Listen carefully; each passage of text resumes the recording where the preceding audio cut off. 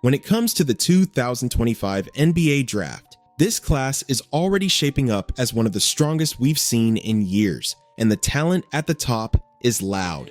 Cooper, I ain't really heard him speak a lot, but when I watch him play, yeah, he got superstar around him. I can see kids wanting to be like that and play like that. Scotty Barnes misses. He's back in the game. Mavericks running. Good ball movement. Yes! Like real talk, like when I see him move, like I'm like, okay, yeah, he if he add on like you see the bones. They're just not getting offensive, good clean looks. Once that left side bowler, he takes it and gets that bump. And he throws it down with the left hand.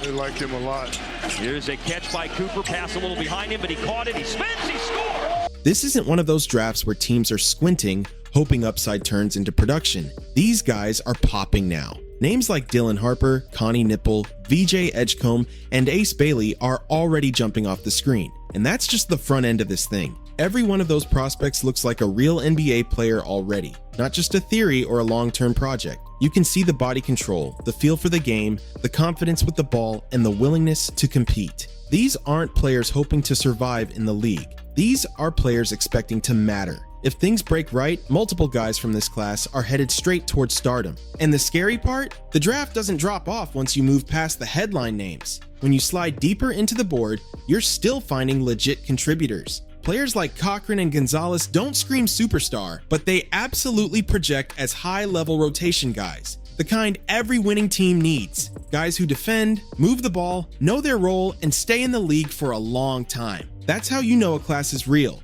Not just stars at the top, but depth everywhere. But when you start talking about special, there's one name that separates himself fast: Cooper Flagg.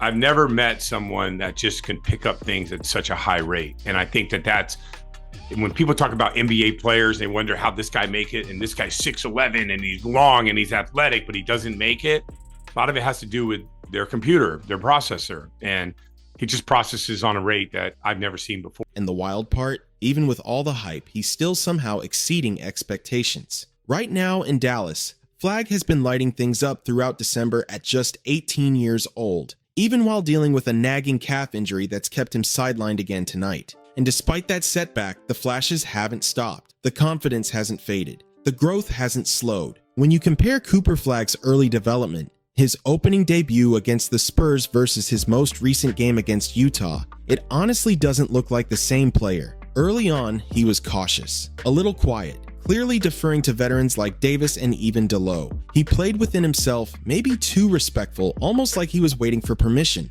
But fast forward to December, and it's a complete 180. Flagg isn't waiting anymore. He's attacking.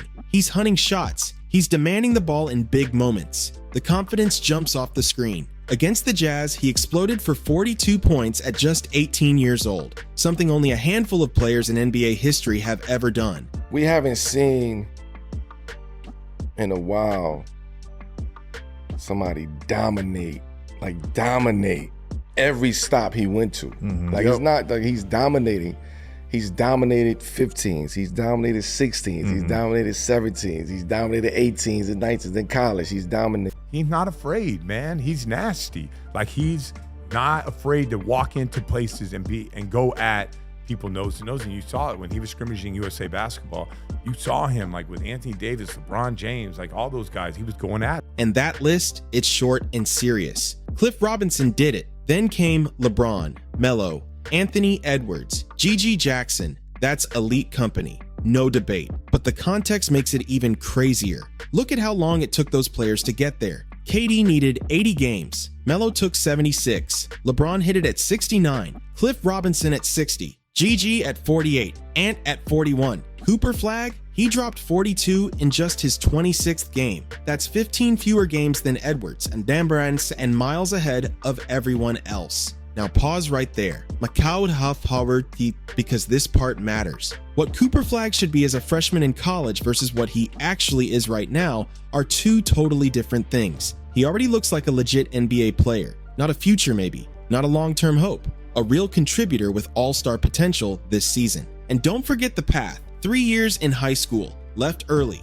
went to Duke at 17, held his own with Team USA at 17 too. That's not normal development, that's accelerated growth under pressure. Right now, Cooper Flagg is doing something you're not supposed to see. A player fresh out of high school competing and dominating on an NBA floor in December, sitting around 24 points per game, and that alone should quiet a lot of conversations. But here's the part people keep missing. The best thing about Cooper Flagg, not just as an NBA player, but as a basketball player, period, is how fast he adjusts.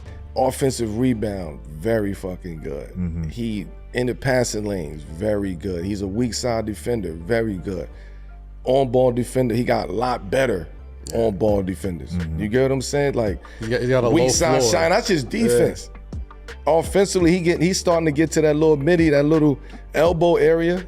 The confidence started getting.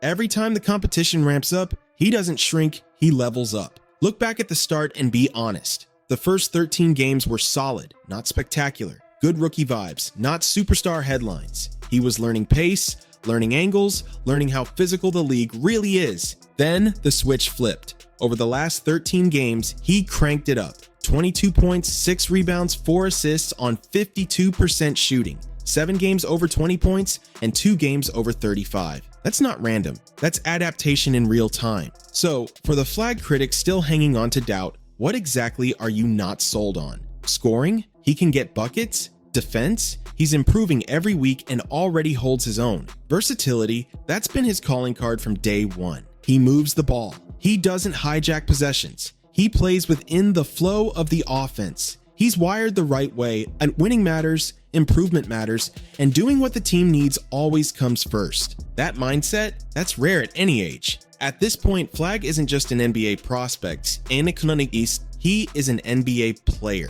There's nothing about his game that screams limited upside or role player ceiling. When people talk about great players, the word that always comes up is versatility, and Flagg checks that box loud. Look at those back-to-back games in November. Against the Lakers, he dropped 11 assists, basically running point and controlling tempo. The very next night against the Clippers, completely different assignment. 35 points, aggressive, attacking, scoring, because that's what the team needed. Need 25 or 30 points? He can do that. Need 8 to 10 assists? He can do that too. That kind of flexibility is special. Now pause again, because this matters. The best comparison floating around isn't Larry Bird 2.0 or some forced superstar clone. He's not that. To me, he's more like a hybrid between the skill set of like a Jason Tatum, and then the motor and the quick second jumps like Sean Marion. Right? He's got like this energy and his skill set that you just really don't see. A lot of times, talented, skilled players don't have that motor, don't have that passion. They can't impact the game, on the defensive side, on the rebounding side, on the shot blocking side, on the antic side, all those different things. And so I think he's like a hybrid of those two particular all-stars. What he actually looks like is a blend, closer to Jason Tatum, Sean Marion, or even Scottie Pippen. And at his absolute peak, the cleanest comp is Grant Hill. Not a guy chasing 35 every night, but a complete all-around force with no real weak spot. Now, let's keep it real. Here's the one thing worth critiquing. His jumper hasn't fully fallen yet, especially from deep.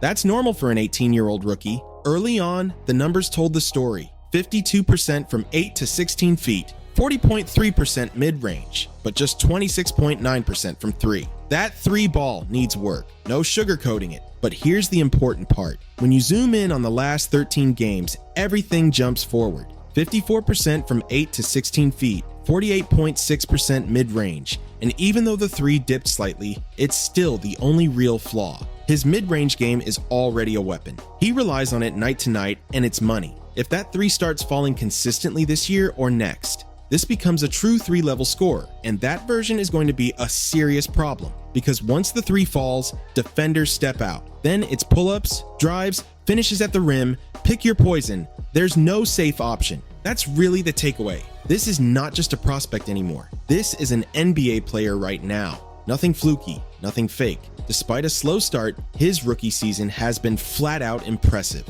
And all those lazy comparisons, those are aging badly. What he actually looks like is built for where the league is headed. Versatile forwards, flexible lineups, positionless basketball. That's the next era, and Cooper Flagg fits that blueprint perfectly. If you made it this far, drop your thoughts in the comments. I want to hear where you stand on Cooper Flagg. Make sure to like, share, and subscribe if you're rocking with The Breakdown, and I'll see you on the next one.